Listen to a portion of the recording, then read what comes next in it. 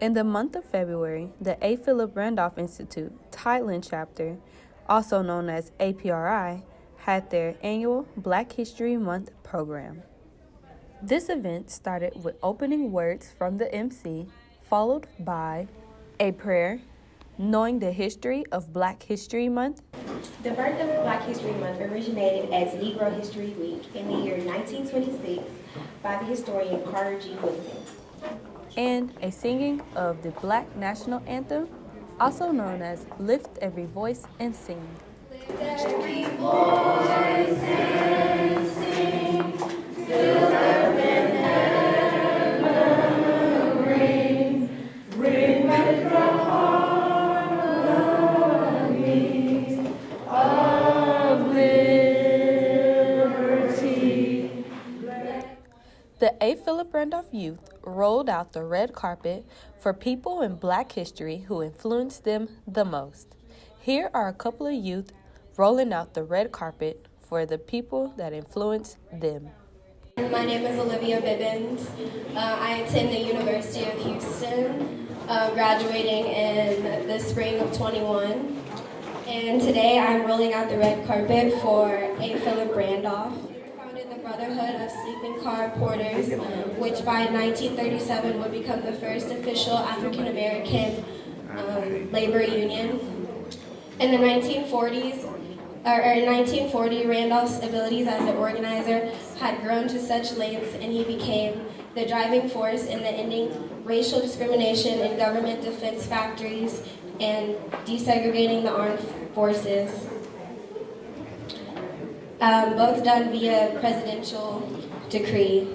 Becoming involved in additional civil rights work, he was a principal organizer of the 1963 March on Washington.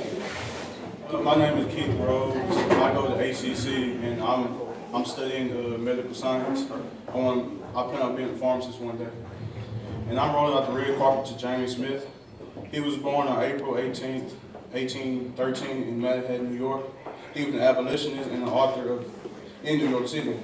He was also the first African-American doctor in the nation and the first African-American to finish college at the top of his class with a medical degree. He became the first African-American to run a pharmacy in this nation. I chose him because he overcame adversity and pursued his dreams. He paved the way for African-American youth to follow our dreams and show that the sky's the limit. Hello, my name is Raven Washington, and I am a history major at Texas Southern University. And I am rolling out the red carpet for Miss Maya Angelou. Miss Maya Angelou was born in the racially segregated South on April 4th, 1928. Maya Angelou was adopted by her brother at the age of 7, and she had to stop speaking because of the actions of her mother's boyfriend. Maya Angelou stood out to me because she had to overcome her limitations and challenges as a young Black woman. And because she silenced herself for 5 years, she felt like her voice had no power, and she felt like her voice was dangerous. In result of that, Maya Angelou became an American poet, a singer, and a civil rights activist. She published 7 autobiographies, books, and essays, and several books of poetry, and created a list of plays, movies, and television shows over the span of 50 years. I look up to Maya Angelou because I am a young Black woman, as she was one day herself, and she taught me that no matter what, and no matter if the world is against you, your voice is powerful. That is why I'm rolling out the red carpet for her. While at the event, the A. Philip Randolph Institute had community leaders speak to the youth and the community on why they believe we should vote for them in the upcoming election. First, we hear from Harris County Precinct 1 Commissioner Rodney Ellis. Now Democrats run Harris County Commissioner's Court. So they throw in all of the mud that they can. But they can't get rid of me because I got you with me. And they can't get rid of Adrian Garcia, nor can they get rid of Lena Hidalgo. It's about time that Democrats run the Harris County Commissioner's Court.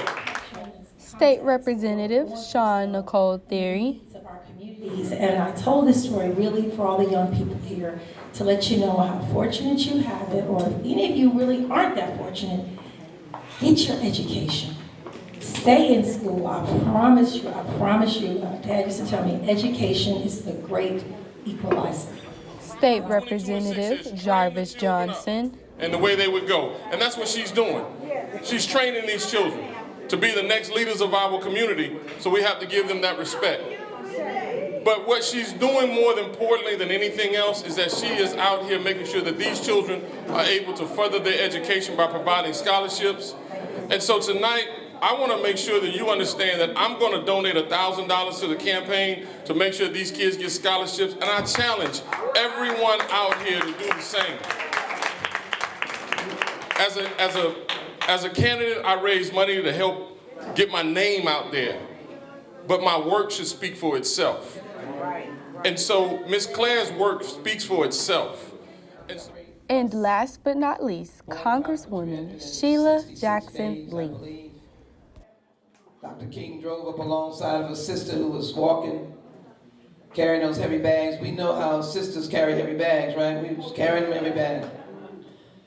Leaned out the window and said, because he was carpooling, don't think he was passing, he was carpooling.